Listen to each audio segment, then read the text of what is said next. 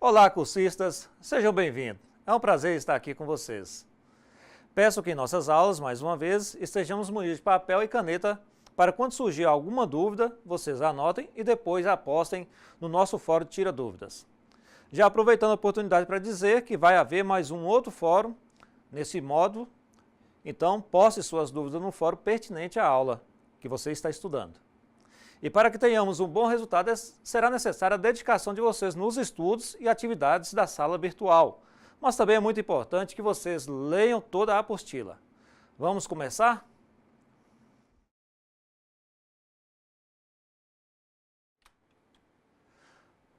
O objetivo da aula é entender como funciona a publicação de sites e sistemas na web. Aprender a manusear ferramentas de transmissão de arquivos, compreender o processo de registro do endereço de um site, conhecer as empresas e serviços que hospedam os sites, e entender como cuidar da manutenção de um site também.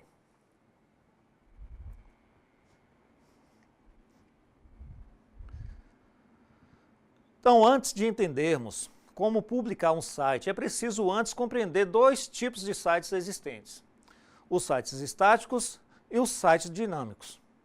Vamos para o nosso slide.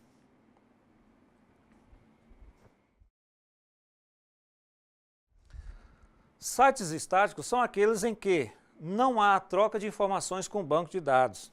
Isto é, você não consegue atualizar o conteúdo da página sem que a programação código-fonte do mesmo seja modificado.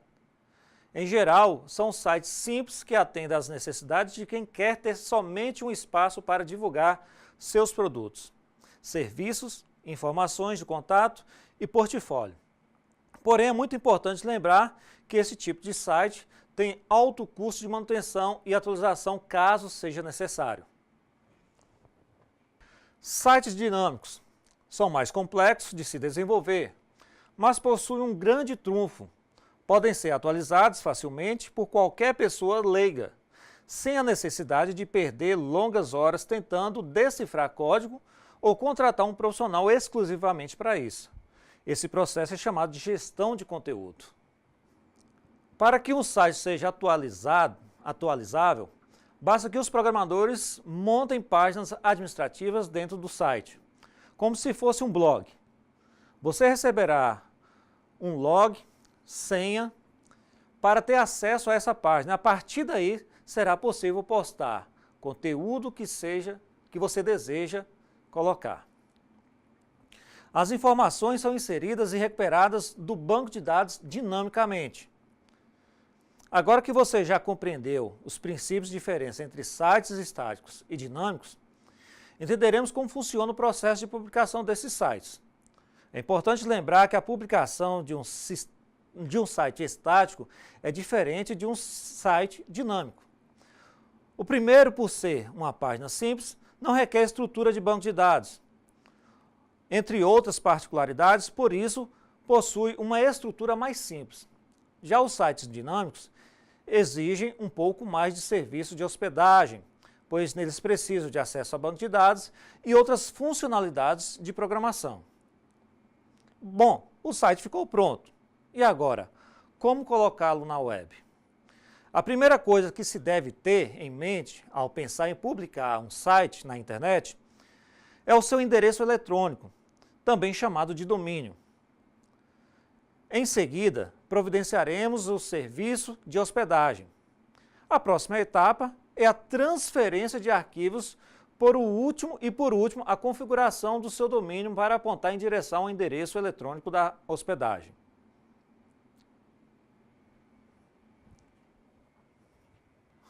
O domínio do site é o nome que serve para localizar e identificar você ou sua empresa na internet. O nome de um domínio foi concebido com o objetivo de facilitar a memorização dos endereços de computadores na internet. Sem ele, teríamos que memorizar uma sequência grande de números. O domínio é a base de toda a sua identificação profissional na internet. É o sobrenome do seu site e dos seus e-mails. Quem pode registrar um domínio? O registro de um domínio no Brasil é feito pelo site registro.br, do Comitê Gestor de Internet Brasileira, para domínios terminados em .br. Para registrar um domínio, é necessário ser uma entidade legal representada ou estabelecida no Brasil, como pessoa jurídica, instituições que possuem CNPJ ou pessoa física, assim como você e eu, que possui um CPF, que possua um contrato entre o território nacional. Registro de domínios no exterior, exemplo, .com, pode ser feito por diversos órgãos internacionais e pode ser registrado por pessoas físicas. Uma entidade poderá registrar sob uma extensão quantos domínios quiser. Entendendo isso, nós então vamos compreender a hospedagem de sites. Hospedagem trata-se de um serviço que possibilita às pessoas ou empresas com sistemas online guardar informações, imagens, vídeos ou qualquer conteúdo acessível por web.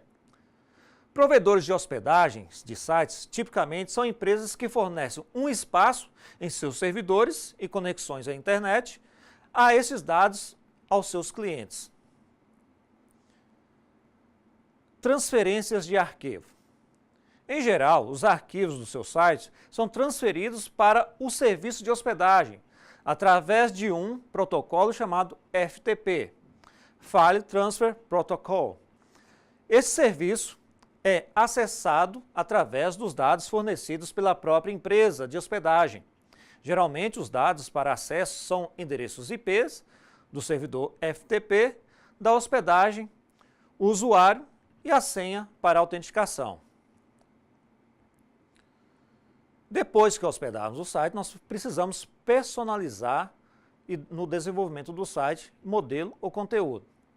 Entende-se por personalização de website o ato de configurar parâmetros tecnológicos e visuais de acordo com o gosto, objetivos, situações e oportunidades pré-estabelecidas pelo envolvido na elaboração e manutenção do site.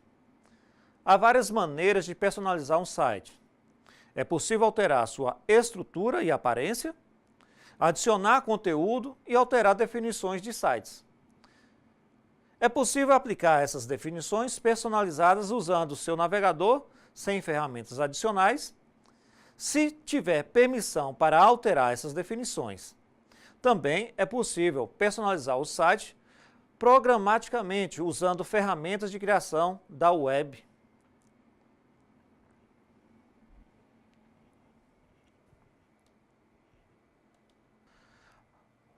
Algumas coisas que podemos fazer para personalizar o site é alterar algumas coisas do próprio site. Alterar o título e a aparência. É possível alterar o nome e a descrição de um site. Também é possível alterar os gráficos padrões na homepage, assim como o tema do site. O tema é um conjunto de cores, fontes, elementos decorativos e que fornece uma aparência consistente para as páginas do teu website. Adicionar subsites e páginas na web. É possível adicionar subsites e páginas na web, sites em ferramentas de edições especiais, contanto que você tenha permissão para criar sites. Se o seu administrador tiver habilitado a criação de site pessoal, você também poderá criar sites de nível superior adicionais. Personalizar outras configurações dos sites. É possível personalizar muitas outras configurações do site, como configurações regionais, que inclui fuso horário, ordem de classificação e calendário. Também é possível personalizar o modo como o site aparece em uma pesquisa e como ele aparece e como as pessoas recebem atualizações sobre alterações no site através de alimentadores RSS e alertas. Usar páginas mestras. Uma página mestra contém os elementos de um design layout de páginas a serem repetidos em várias páginas de um website. É possível usar uma página mestra para dar ao seu site uma aparência mais consistente, criando e atualizando elementos de design na página mestra, no lugar de alterá-los em cada página da web. Uma página mestra pode conter tudo o que se deve colocar em uma página web, como o início rápido, a barra de link superior, o título e o logotipo. Adicionar fluxo de trabalho. Um fluxo de trabalho ajuda as pessoas a colaborarem em documentos e gerenciarem tarefas de projetos implementando processos de negociações específicos em documentos e itens em um site. Um fluxo de trabalho ajuda as empresas a aderirem a processos de negócios consistentes e também melhorar a eficiência e a produtividade organizacional, gerenciando as tarefas e as etapas envolvidas em um processo de negócios específicos. Um método de personalizar site é a utilização de um template ou modelo. Template é um documento sem conteúdo, com apenas a apresentação visual bem definido e instruções sobre onde, qual tipo de conteúdo deverá entrar em cada parcela da apresentação. Existem vários tipos e estruturas de templates. Em nosso caso, consideraremos 2 deles.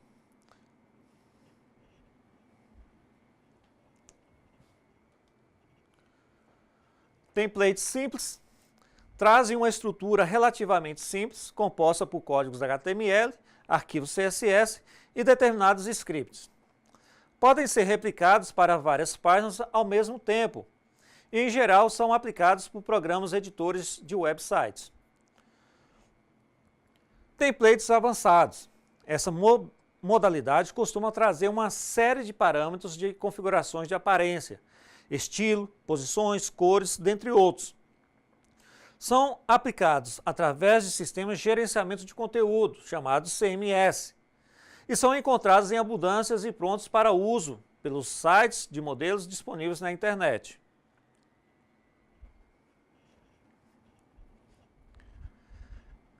Criar um template avançado requer conhecimento intermediário de programação. Costumam ainda trazer elementos gráficos e multimídia já prontos, permitindo ao utilizador a personalização desses materiais para publicação em outros sites. Gerenciadores de conteúdos, conhecido como CMS, é uma ferramenta que facilita o desenvolvimento de websites.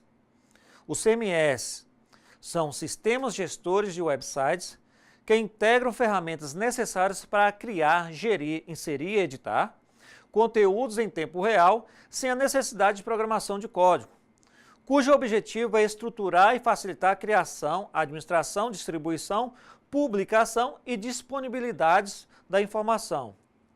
Sua maioria característica é a grande quantidade de funções presente através de complementos, galerias de fotos, gerenciador de enquetes, gerenciadores de formulários, que podem ser agregados ao CMS.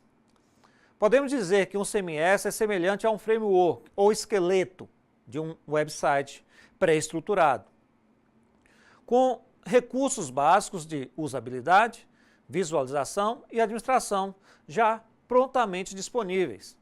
É um sistema que permite a criação, armazenamento e administração de conteúdos de forma dinâmica, através de uma interface de acesso via internet. Um CMS permite que a empresa tenha total autonomia sobre o conteúdo e a evolução da sua presença na internet, e dispense assistência de terceiros ou empresas especializadas para manutenção de rotina. A aparência de um website criado com CMS é personalizável, através da utilização de temas que podem ser facilmente mudados.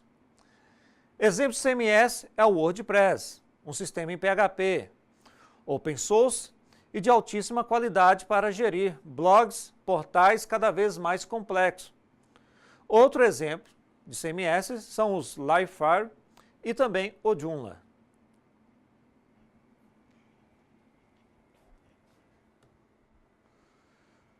E aqui nós vemos o modelo da administração de um Joomla. Através desse ambiente Joomla, nós podemos criar sites completos, dinâmicos, de forma fácil e rápido, se há necessidade de conhecer também programação.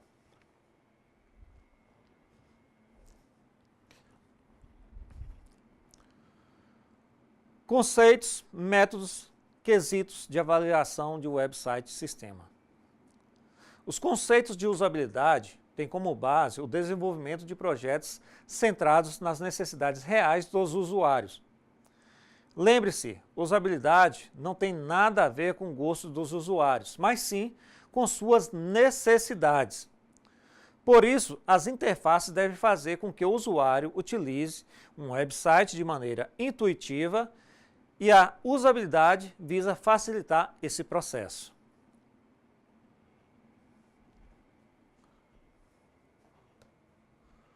O processo de avaliação de um website tem por objetivo identificar se aquelas páginas estão de acordo com as necessidades do seu público-alvo. Os verbos na figura aqui podem nos direcionar nesse processo. Uma vez iniciado o processo de avaliação, pode ser feita sobre vários pontos de vista, conforme a figura. Dá-se o início à análise e correção de vários aspectos que não estejam de acordo com as regras e normas de usabilidade, ou que estão em desacordo com o público-alvo daquela interface. Daí a importância das perspectivas de vista de um mesmo trabalho. Alguns critérios que podem e devem ser analisados durante a avaliação de um website, lembrando que cada um deles deve ser analisado sob diferentes perspectivas. São critérios que, de acordo com o propósito do website, merecem ou não uma atenção maior.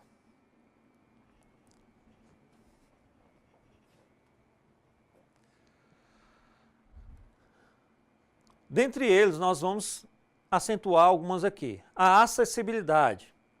Acessibilidade é o carregamento do website em diferentes browsers, buscadores, popularidade. Então, a acessibilidade ele vai facilitar o acesso ao seu website. Então, muita atenção ao desenvolver, fazendo com que ele seja mais fácil de ser localizado.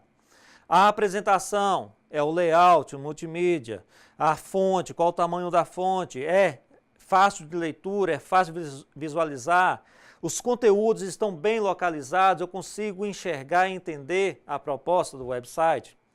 As informações, qual o conteúdo que eu estou utilizando, ele está internacionalizado, internalizado, esse conteúdo ele fala a linguagem do usuário final que foi proposto. E a navegabilidade. Tem um mapa do site, eu consigo localizar e entender onde que eu estou dentro do site. Então, esses conceitos é preciso levar em conta os aspectos durante o desenvolvimento do site.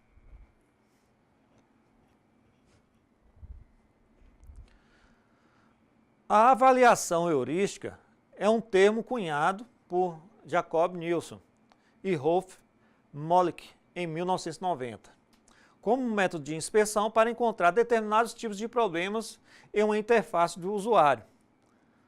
A capacidade heurística é uma capacidade humana para descobrir ou resolver problemas a partir da experiência prática, da observação e da criatividade. Por isso, para realizar uma boa avaliação heurística, é necessário um pequeno grupo de avaliadores com experiências sólidas em usabilidade, para examinar a interface e avaliar a sua conformidade com a lista de princípios de usabilidade escolhida previamente, que são as heurísticas. A avaliação heurística deve ser realizada individualmente por cada avaliador, em sessões que durante cerca de 1 hora ou 2, para só depois seus resultados serem comparados entre os outros avaliadores. Este procedimento é muito importante para garantir avaliações independentes e imparciais de cada especialidade. Os resultados podem ser documentados em relatórios individuais por cada avaliador, ou em um grande relatório feito por um observador a partir das observações dos avaliadores e seus relatos.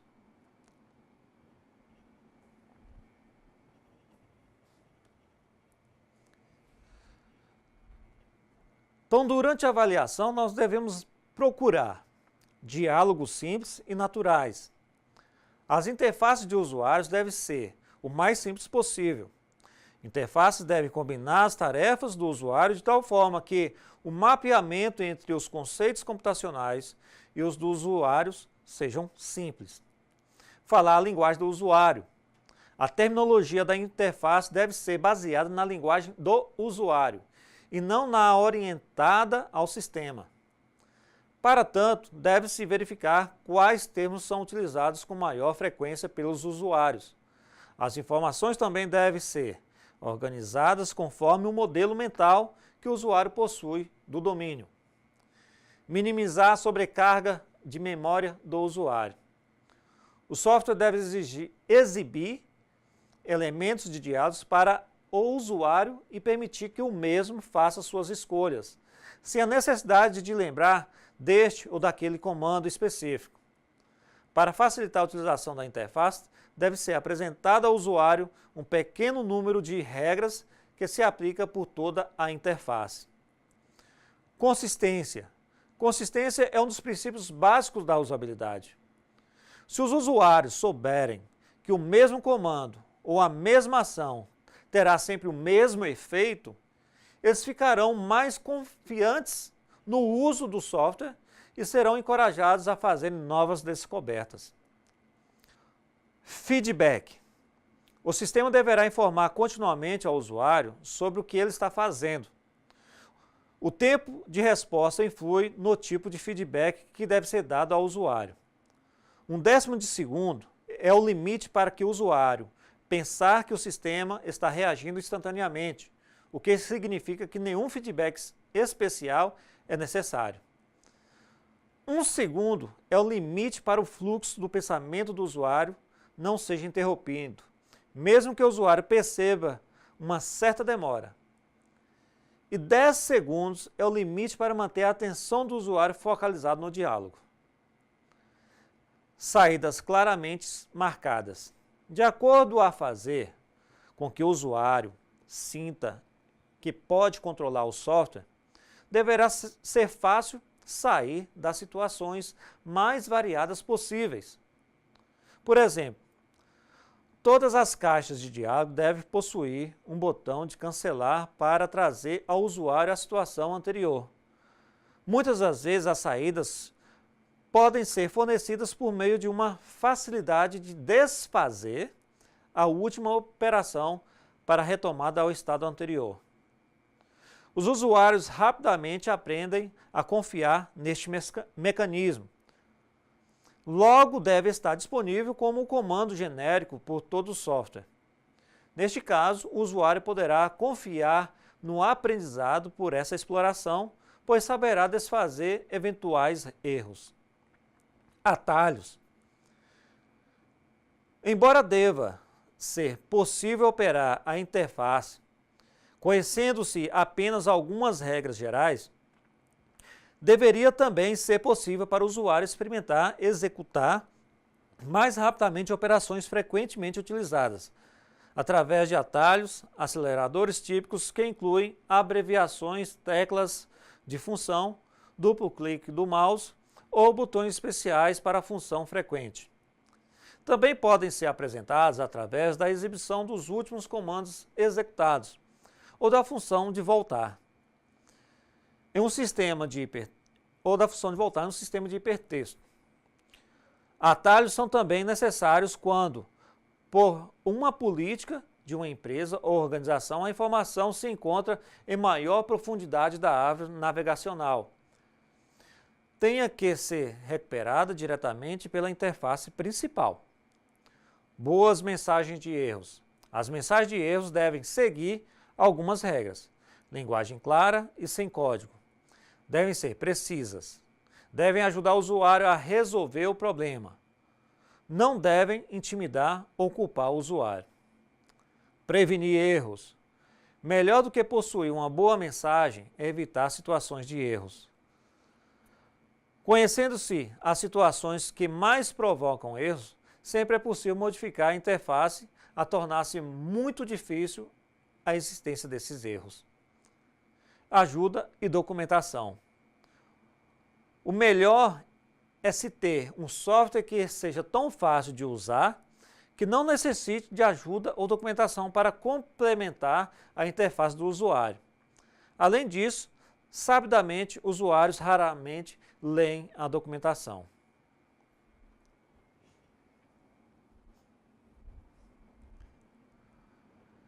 E com isso, nós encerramos o assunto da nossa videoaula. Eu espero que vocês tenham gostado e que tenham absorvido ao menos um pouco do que vimos aqui hoje.